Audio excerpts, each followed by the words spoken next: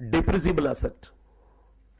Irrespective of the value at which the consideration is agreed for block of assets, if it is a accepted scheme of amalgamation or demerger, for the successor company, what is the WDV of the predecessor only will be considered. If it is a lesser value or a higher value, they say it is a WDV of the predecessor only will be considered for the successor. So the amalgamated company, for them the block asset value is only the what is the WDV of the predecessor. For the resulting company, what is the WDV of the predecessor, demerged company, in relation to the cost of the asset. Same case if the amalgamation or demerger taken place during the period,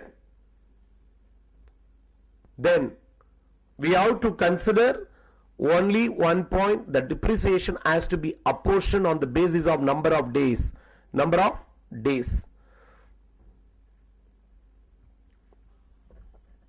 Then I already told about telecom company amalgamation. This benefit, they are coming under industrial undertaking.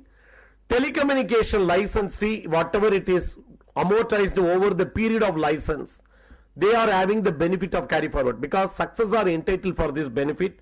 Telecommunication license fee, preliminary expenses 5 years you can carry over, you can carry a 5 equal installments.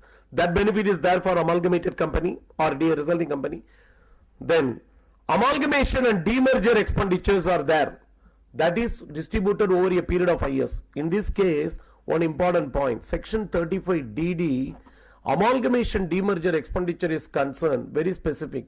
It is distributed over a period of 5 years from the previous year in which amalgamation taken place or demerger taken place. It is always advisable in case of amalgamation that expenditure is incurred by amalgamated company than the amalgamating company. Simple reason is amalgamating company vanish after amalgamation, because it is to be allowed in the hands of the assessee for a period of 5 years within 5 equal installment from the previous year in which amalgamation taken place. Once the amalgamation taken place, automatically the amalgamating company vanish. So amalgamating company incur that expenditure. There is no provision in the act that can be carried forward by the amalgamated company. So better it is advisable amalgamated company incur this expenditure. VRS compensation, whatever has been paid, distributed in 5 equal installments. Within that 5 equal installment, the expenditure is amalgamation taken place, successor company entitled for the balance of installments. Similarly, extracting minerals, 7th schedule extracting minerals, whatever the expenditure incurred for a period of 5 years prior to the commencement of operation will be allowed in 10 equal installments. Within 10 equal installment amalgamation taken place or demerger taken place, the successor company entitled for the benefit of the balance of installments. Capital expenditure on family planning will be allowed in 5 equal installments. Within that 5 equal installment amalgamation taken place, the successor company entitled. This benefit is not available in case of demerger, because demerged company also continue. So demerged company automatically can take the benefit of 5 equal installment. But if the amalgamating company incurred, amalgamated company entitled for that benefit. 10AA exemption of benefit is extended to amalgamated company. Carry forward loss, this is the issue I have discussed with you. Here one important point is question of argument. A closely held company going for amalgamation. When a closely held company going for amalgamation, section 79 will apply.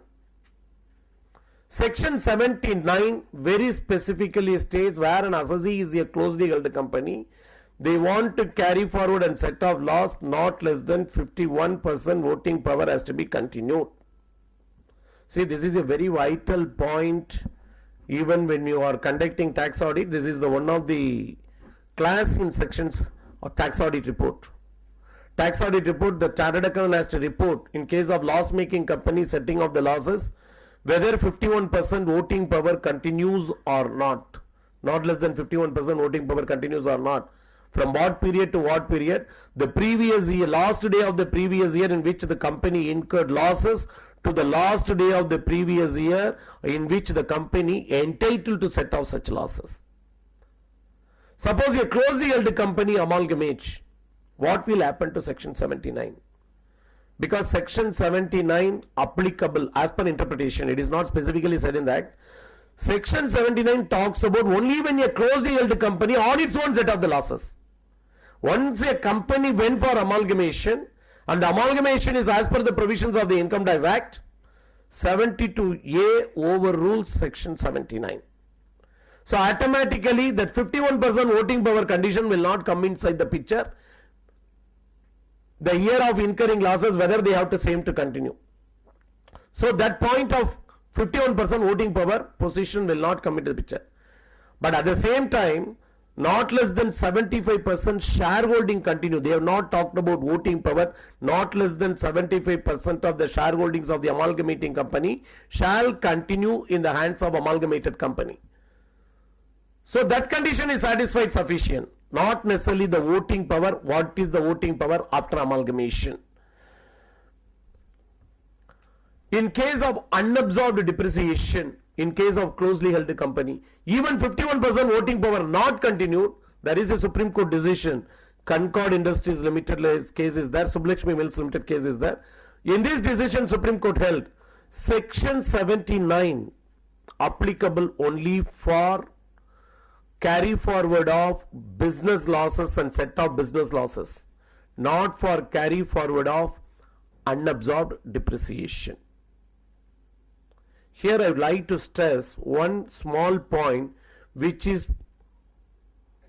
hot topic of the issue. So many places where small businessmen who are having also income from salary. 2007-8 we know very well what is the amendment which was brought in by Mr. P. Chidambaram. Against the business loss, you cannot set off salary income. Salary income cannot be set off against business losses. Whether business loss includes depreciation also. Whether depreciation can be set off against business loss. Depreciation can be set off against salary. Yes or no? Section 71 specifically states business loss can be set off against any head of income other than salary. Whether unabsorbed depreciation can be set off.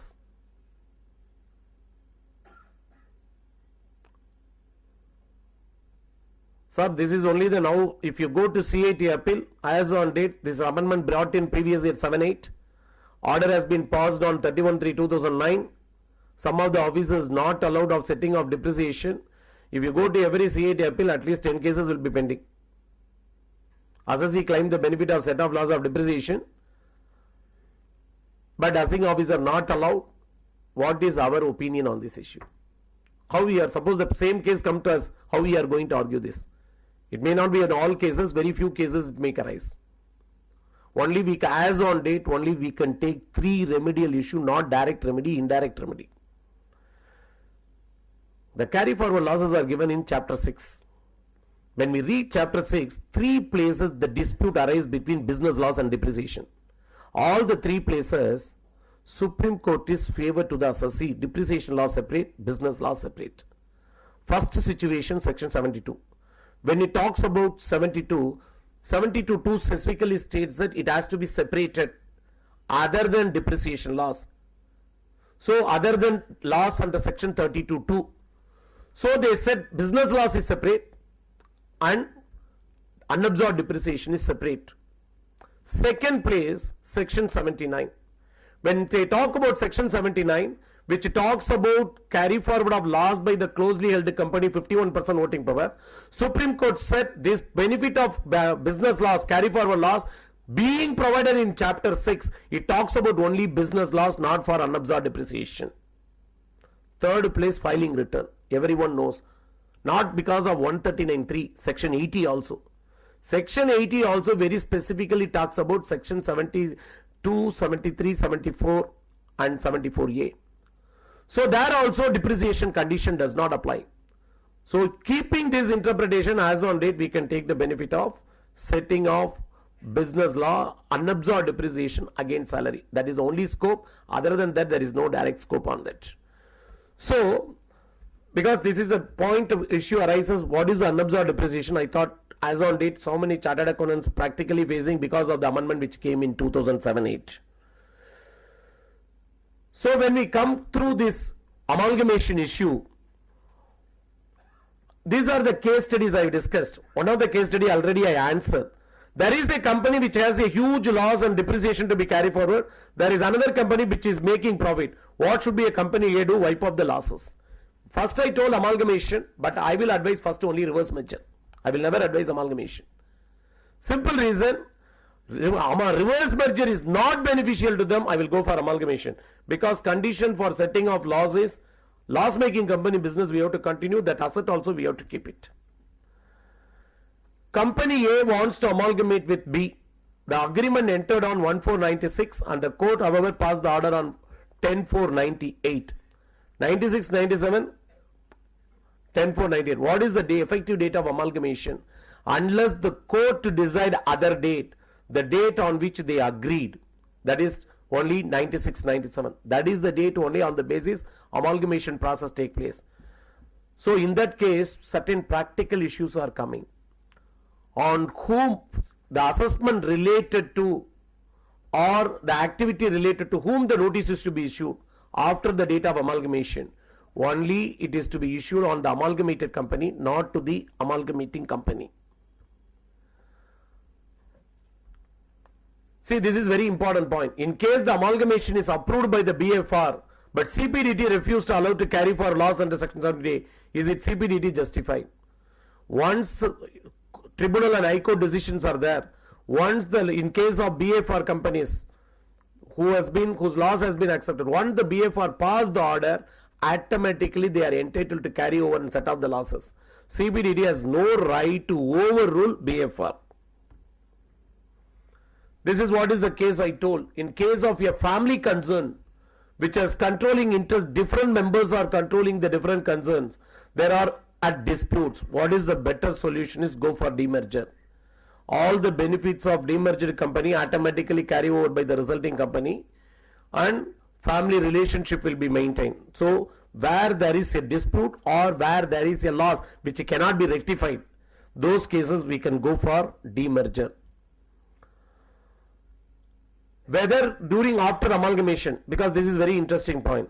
At the time of amalgamation, certain assets are treated as stock in trade, certain assets are treated as investments. Whether after amalgamation they can change the character at the time. After there is a synchronization effect. If it is treated as stock in trade in the amalgamated company, also originally it stays termed as a stock in trade. If it is treated as investment, automatically it is treated as investment. What is the reason for this issue? Because of section 45(2). What happens, some companies when they do amalgamation, one person they will hold it as a investment, shares and securities. Other company after amalgamation they want to treat it as a stock in trade from the date. Department not accepted, court is also not accepting, because once you amalgamation, what is the treatment in the hands of amalgamating company? Same thing will only apply to the amalgamated company. Subsequently you convert your investment, you want to treat it as a stock in trade. That means you want to treat it as a capital asset into a stock in trade. Then you are liable for capital gain tax, that is separate in the hands of amalgamated company. You cannot say no, for him only capital asset investment, for me it is a stock in trade. You cannot argue. This is what I first point itself to. There is a time lag between appointed date under the scheme and the court's order. Who should be liable for tax during the interim period? Only amalgamated company. Once the date of amalgamation is accepted and the court not taking any other recourse of the different date, only after the date of amalgamation all the tax liabilities only on the amalgamated company. This is what is the difference between amalgamation in terms of company law and income tax law? Company law, there are 90% share in voting, 90% voting, but income tax law only 75% shareholding has to continue. Company law, there is no compulsion that all assets and liabilities transfer. Here they can transfer all assets and liabilities. Does the demerger meaning both the company law and income tax law? No. Company law demerger and income tax law demerger is different. Income tax law demerger, a unit or division of undertaking also can be transferred. 75% shareholding continue, that is sufficient. This is very interesting point. Some people think that they are doing amalgamation. Wrongly, they do slump sale. This is what is happening subsequently at the time of assessment they are meeting. Because what thing, other than memorandum and articles, name of the company, all the assets and liabilities they will sell. If slump sale is an alternative to amalgamation, sorry, slump sale is not an alternative to amalgamation. Some companies, what they will do, they will transfer all the assets and liabilities to the another company, and they said we have transferred all assets and liabilities. You have transferred all assets and liabilities, but the shareholding not continued that. It is not a merger of two companies. It is not coming into the process and accepted by the court. It is a sale of a business. It is not a scheme of amalgamation. So always think over. Transferring the business is different from amalgamation. Transferring the business is a sale of business. So in case of slump sale, automatically section 50B will come into operation. And the difference between the consideration for transfer and the asset value no slump sale. In case of depreciable asset, only WDV as per the IT Act will be considered. In case of all other asset, cost of acquisition will be considered. There is no benefit of indexation. Thinking that we can get the benefit of amalgamation, it is not possible. But at the same time here, I would like to give you a small suggestion. Not for amalgamation, we can go for business reorganization also. Suppose we are having a client who is having a loss-making firm. Huge loss is there, partnership firm. There is a possibility of revival of the business, but we come across the firm is going to lose the benefit of carry forward loss because of 8-year period going to expire. Better convert the firm into company. Better convert the firm into company. Take the benefit of section 47(13). All assets and liabilities transferred, and the consideration given only is in the form of shares, not less than 50% voting power continue, then firm converted into company, the transaction is not transferred, not liable for capital gain tax. But another advantage, section 72A. The loss of the partnership firm can be carried forward by the company for a period of 8 years from the previous year in which conversion taken place. So loss-making firm also, it is nothing connected with amalgamation. Because the slump sale concept come, I thought I can also share the experience. Whenever we come across a loss-making firm, we see that they are losing a huge benefit of carry forward loss, better convert it into company. Private limited company. See the condition in the section 47(13) is satisfied. Automatically, only thing we have to be very careful, 50% voting power continue for 5 years. Because if it continues, no problem. Automatically, the loss can be carried forward for another 8 years. But ensure that really they are going to revive the business, taking the pain of converting into company. Otherwise, there is no benefit on this issue. Does the liability of the shareholder get altered in amalgamation, demerger or slump sale? Yes, certainly on the basis of amalgamation and demerger. One interesting point, in the scheme of amalgamation or demerger, shareholders of the amalgamating company allotted shares in amalgamated company, it is not a transfer. Or in a scheme of demerger, shareholders of the demerged company allotted shares in resulting company, not a transfer. But that is not the situation in case of slump sale. Slump sale is concerned, business is only transferred, shareholder which is not having any effect at all.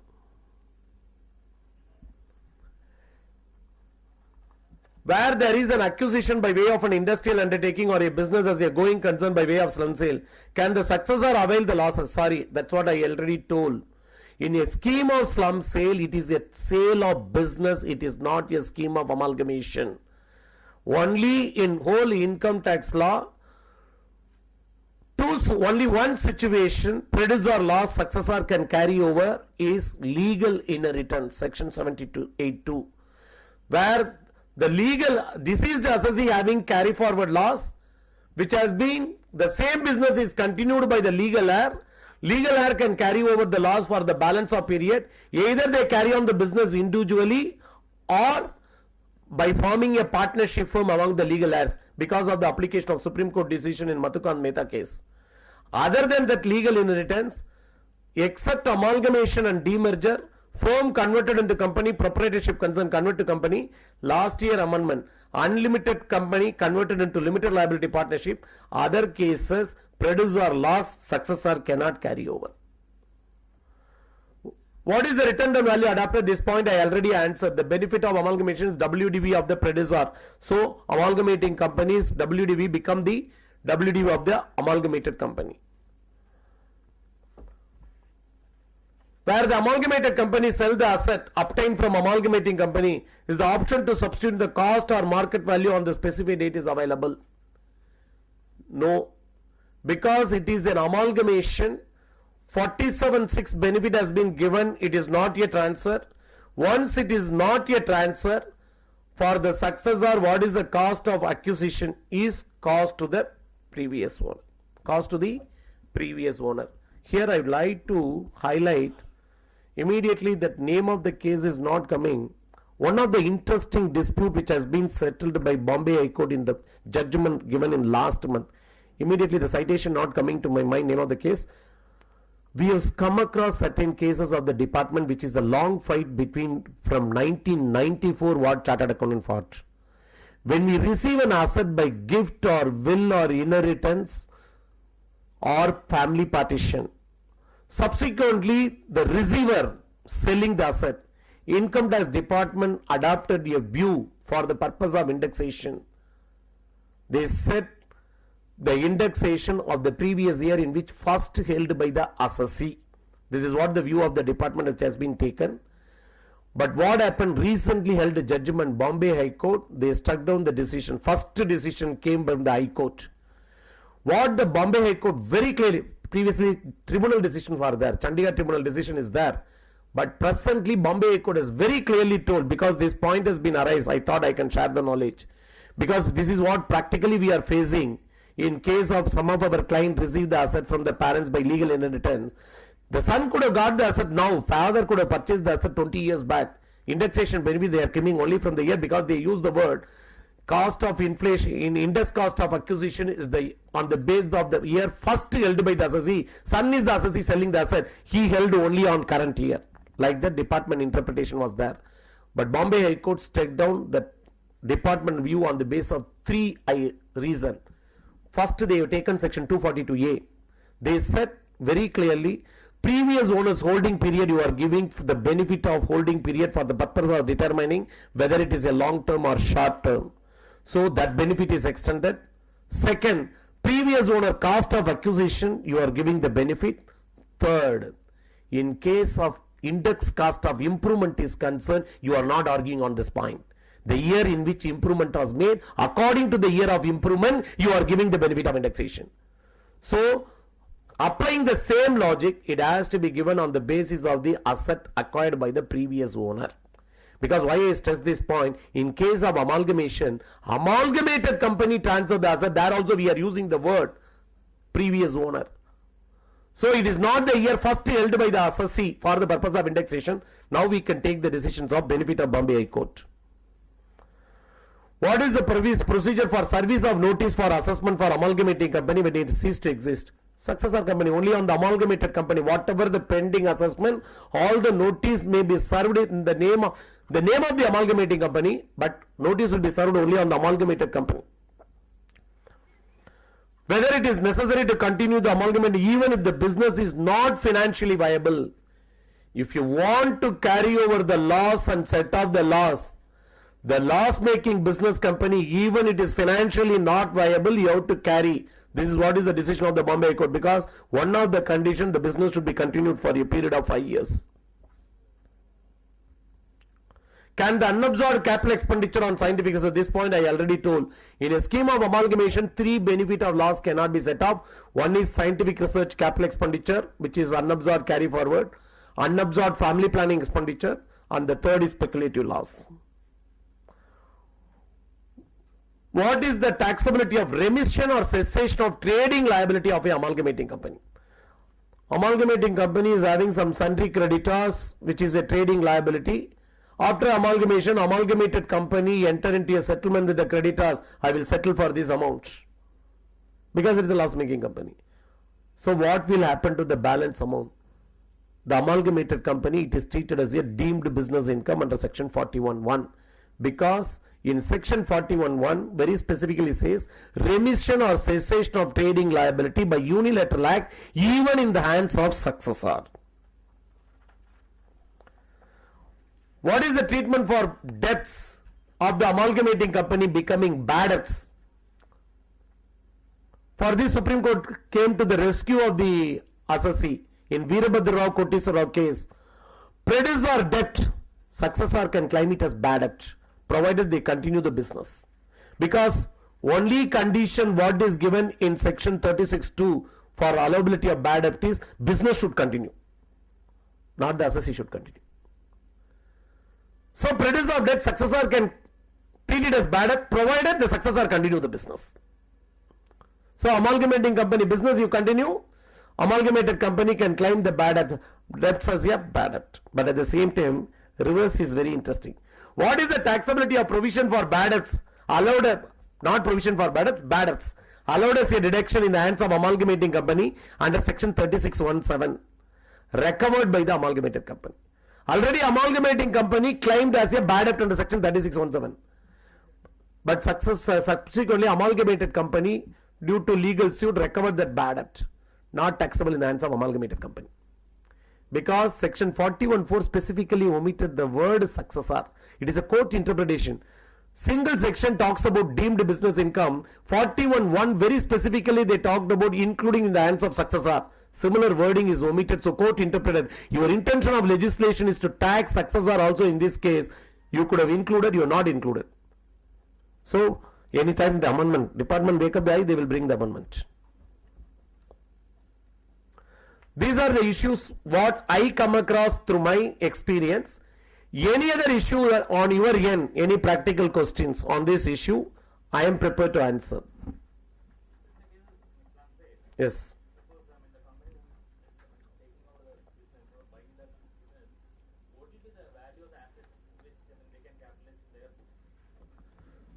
In the hands of the successor. Slum sale. In the hands of receipt. What is the consideration you agreed on that? What is the value, the individual allocation? Is it based on a fair valuation or how it will be?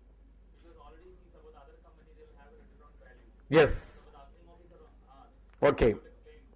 again whether there is a comparison between WDV. So WDV will be the Sir, there only there is a class there in section 50B itself. For the purpose of registration or any other legal purpose, the value has been assigned. That will not be taken it as a consideration. That will not be taken as a consideration fixed for the particular asset. Because it is being agreed, consideration is fixed as a lump sum price. Suppose you are having a land coming on slum sale or building coming on slum sale. You are going for the registration at the time of slum sale. Registrar is fixing the value. Similarly, for the capitalization purpose, you are apportioning. I will always suggest, because this is the case, not how to take. Section 49 is not talking about what is the treatment in the hands of successor. Section 43(1) also, when they discuss about actual cost, when you acquire an asset during slum sale, what shall be taken for this person successor of the business? They have not given those points. So in those cases, what is the reasonable price fixed on the basis of market value?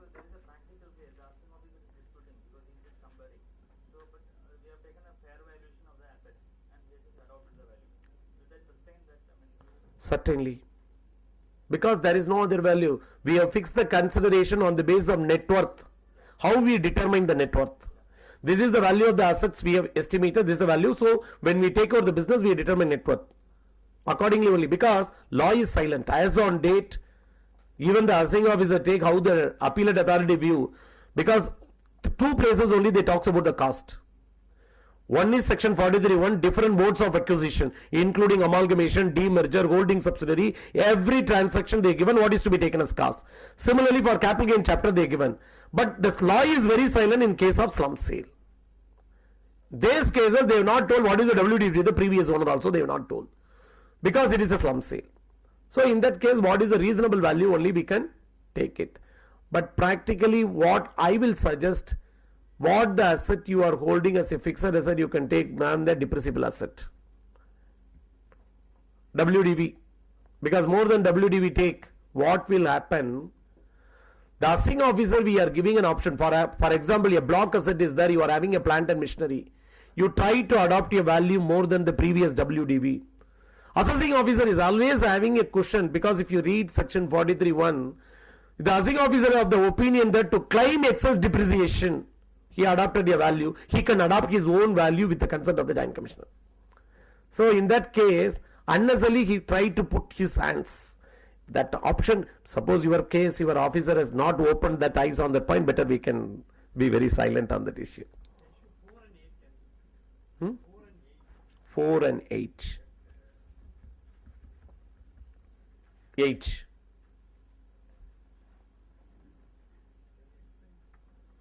See, demerger, what is defined under Companies Act is different from what is the demerger under Income Tax Act, because here they talks about income tax law, they are very specifically talks about all the assets and liabilities of the particular division or unit what is and fully transferred.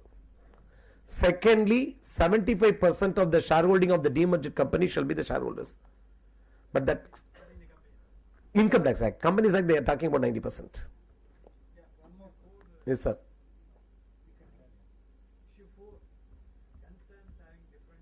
Certain family has 4 concern in which it has controlling interest. Different members are controlling the concern. There are dispute that one group favored more than others. How is this? See, for example, a company is having, a family group is having 4 units, same business. Take an example. Some company is having 4, but you know, certain companies, because of family group, they are having different branch. You can practically see this branch is managed by this my uncle, this is my cousin, this is my thing. In this case, instead of having same family name concern, what is the advantage? Better go for demerger. Sir, he is doing profit, I am incurring loss, ultimately we are sharing. You want to avoid dispute, better go for demerger to avoid the problem of capital gain. Because why they are grouping as a group concern? Afraid of capital gain chapter. Because they don't want to segregate, afraid of, even it is a firm, what we will first suggest, first convert the firm into company, wait for some time 5 years, after that you demerge. What happened? At the time of converting the firm into company, you are taking the advantage of section 47(13). Wait for 5 years, because 5 years 50% voting power has to continue. Wait for that. After that go for demerger. When it is a demerger fulfill, each division or unit has been transferred as a separate undertaking. Section 47(6)(d) and if 6b conditions are satisfied, then it is also not a transfer, not liable for capital gains. So this is the way to settle the family dispute where they are having family concern, group concerns. Yes, sir.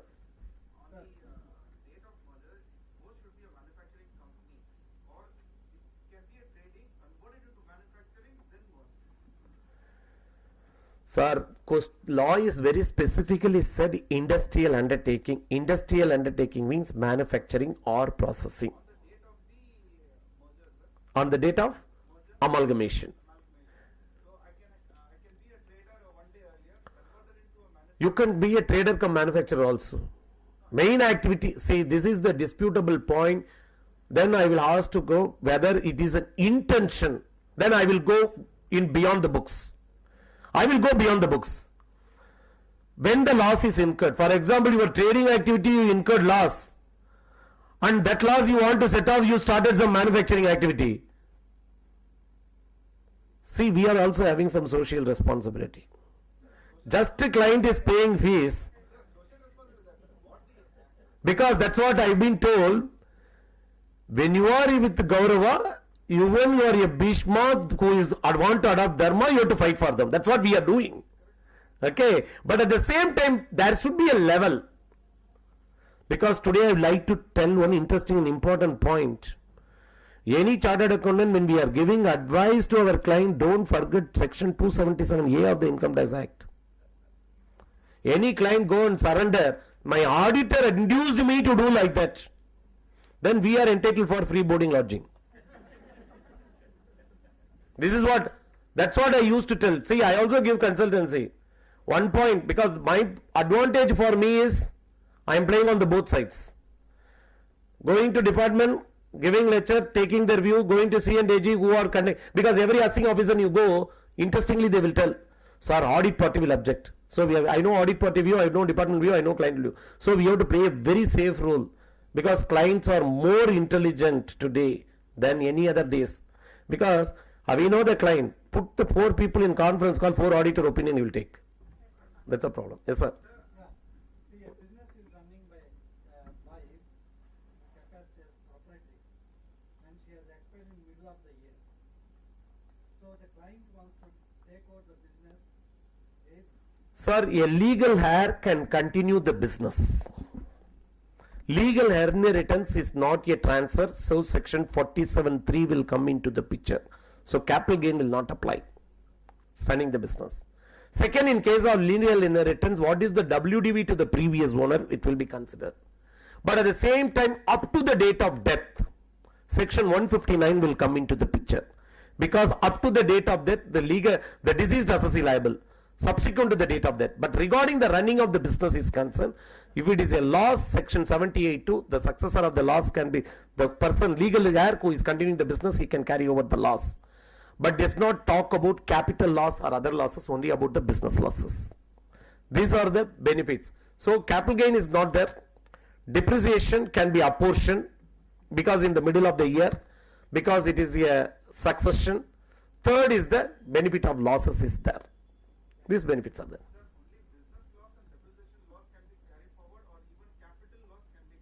Sir, only business loss and unabsorbed depreciation, this benefit is given. Sir, manufacturing, where is the question of capital loss? A manufacturing company, industrial undertaking, carry over any trading in shares, 73 explanation will come into picture, it is treated as speculative.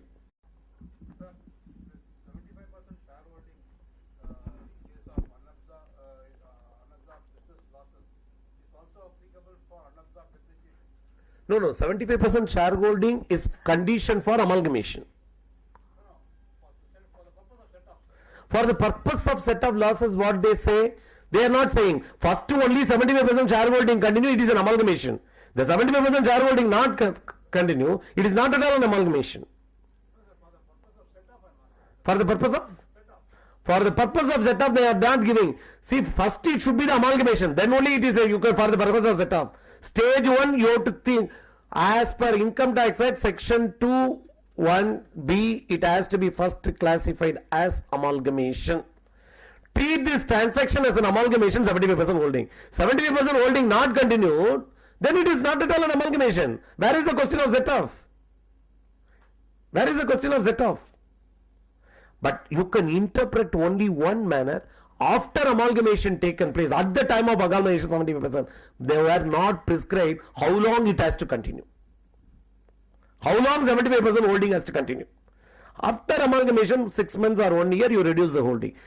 It is not that much specific like section 47(13) or 14, not less than 50% voting power has to continue. Like that, there is no specific provision in section 2(1)(b). So, first ensure that it is amalgamation. If that type of client comes to me, first what I will advise, this year you go for amalgamation, till the end of the previous year you wait. Next year you want change your holding, you change your holding. Not now, same year. Yes, sir. Business loss and the salary income, no? You mentioned that business loss cannot be set off against Salary. salary. Even if it is in the same year, Sir, in my opinion, whether it is the current year or unabsorbed, already court has all the issues court is in our favor. That's what I told. If you read the provision of law, what is business law's interpretation? Law always, court always distinguish difference between depreciation and loss. Because of 2 reasons. 3 reasons I told. 72(2), section 79, section 80. All the cases courts are in favor. Depreciation is separate. This is separate. So that legal issue we can take the advantage. As on date, if you specifically ask me, I don't even have a tribunal decision. so what happened? The clubbing provision itself is defeated, no? What clubbing provision? The clubbing of all heads of income. Hmm. Salary income, the person, salary and Says. So, when he collects the income other than speculative or capital gain, then he should be entitled to set off one loss against others. Salary, but except normal business loss. Unabsorbed depreciation. Depreciation you can set off. Not the normal business. Business loss you cannot set off because section 71 expressly prohibits. Section 71 expressly prohibits. Where an assessee incurred loss under the head profit and gains of business or profession, it can be set off other than salaries. That's what the amendment which is brought by Mr. P. Chidambaram. What is the reason, you know? It is not because of normal business person. You go to Mumbai and Kolkata, this is what really happening. A person working in a company, he will take salary, he will buy 2 cars, hire the car, take 30% depreciation, or buy 1 lorry, take that 40% depreciation, see that loss is shown, set off. Like that, I have the statistics before introducing the time because I was associated with the Directors Law Code bill drafting. They are having a statistics of more than 2,60,000 salary employee claim the benefit. So that's what I used to say. Law is misused, always interpretation will come. Wherever you can see. See, last year there is an amendment. Notice is served beyond the time. We appear for the notice. Subsequently the order is not in favor. We question the notice. Legality. So amendment. Any amendment, anywhere the misuse of provision of law is there, amendment will come. Yes, sir. So in a family concern, 2 private limited companies are there. Yes, sir. So one private limited company business is transferred to other company without transferring share capital. Without transferring? Without transferring. It is not yet, okay, without transferring share capital. That means selling of the business. Yeah. Sal- What are the implications of tax, sir? It is called slum sale. Transferring the business for a price. How you are transferring is the question. Are you valuing the assets independently or are you valuing for a lump sum consideration? Book value. Huh? Book value. Book value means asset wise you are transferring. Asset wise? In that case, what I will use to suggest is only one thing. You don't want to pay capital gain tax. You said you are going for a book value. Don't tell asset wise value. If you tell asset wise value, problem is there practically for you if you are having immovable property, land or building. Because land or building, now 50C was introduced. Even it is, at least previously it is going for registration. Even it is liable to be registered, they can take the stamp duty authority value. So I will advise better go for a slum sale. Transfer all the assets at depreciable asset at WDV, other asset at cost. Take the consideration only for the net. So there is no capital gain tax. Like that you can plan.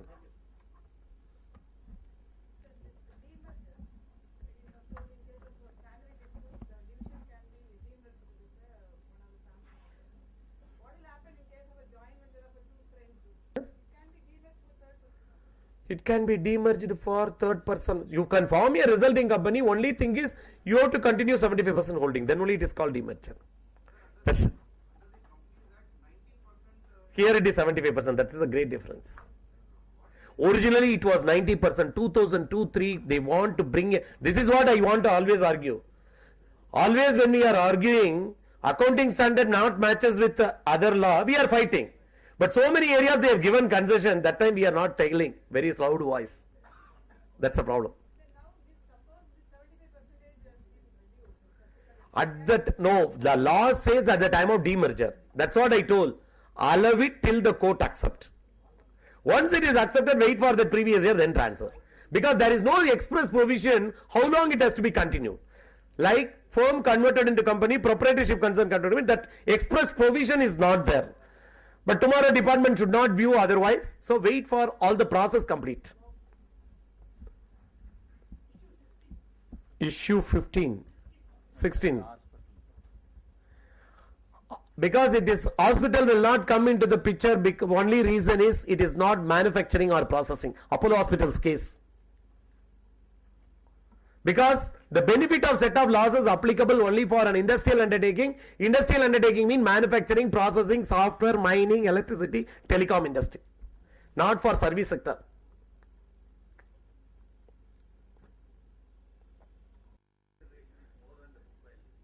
But as on date. slump sale, it is treated as a capital gain. Section 50B. Section 50B very specifically says net consideration reduced by the net worth of the business will be taxable as capital gain. Net worth of the business is, in case of depreciable asset you are transferred, you can take it WDV. Other assets you can take it at book value, not the revalued figure. That means cost. So the balance profit is capital gain.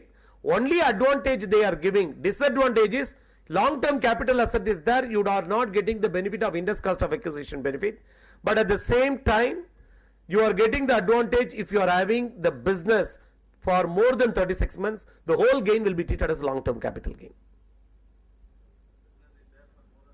36 months, long-term capital gain. What will happen to the person who's buying the That's what he asked. That's what I told. As on date, there is no express provision. Show what shall be taken as cost. I'm asking about the depreciation claims for the Same thing only I told. As on date, section 43(1) is silent. For capital gain purpose, section 49 is silent. As on date, there is all other situation they consider. As on date, there is an ambiguity in the law. They have not explained what shall be taken as cost. So we have to take a reasonable fair market value on the date. That's what is the thing.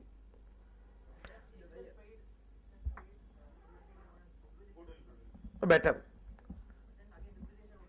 No, goodwill now court has decided, Kerala High Court, Bombay High Court, Delhi High Court decided it can claim depreciation. But I will tell you, goodwill should not depreciate, sir.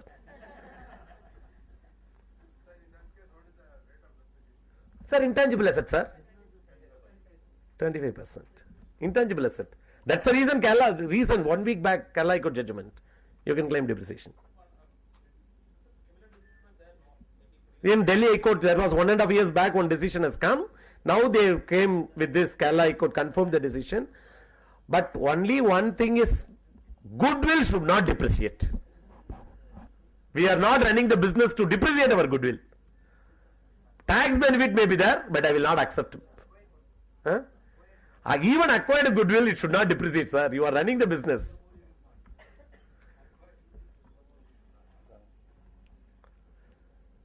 So, any other question? Okay. For 1 year, no, the same procedure, no, I told you, we are accepting the value, adopting the value based on the fair valuation. 1 year, the applicants are accepted the procedure and agents have issued the particular order. Second year, suppose the next assessing officer thinks that no, he is having a Sir, it is a scrutiny assessment. All the material facts has been disclosed and accepted. Court decision, Supreme Court decision is there. They cannot change in opinion. There will not be a change in opinion. Because of that, they cannot go the section 147. They cannot go for that. Provided this point has been discussed, clarified at the time of earlier assessment. It is not a suppressed fact. Then they cannot go for that. That's all. It is over. Yeah, no, he cannot. He cannot. Once all material facts has been discussed and disclosed, he cannot.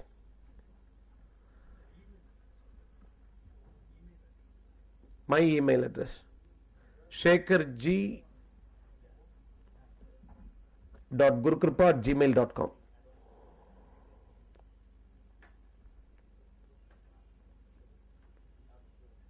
Or you can. Thank you, G. Segar, for the valuable time which you have spared with us. And the 2020 entered well in time. Within 8:30 we were in a position to complete, but for some 2 or 3 questions outside the topic. Anyway, it is of immense interest to the participants, and we thank you once again for that. As a token of love and appreciation,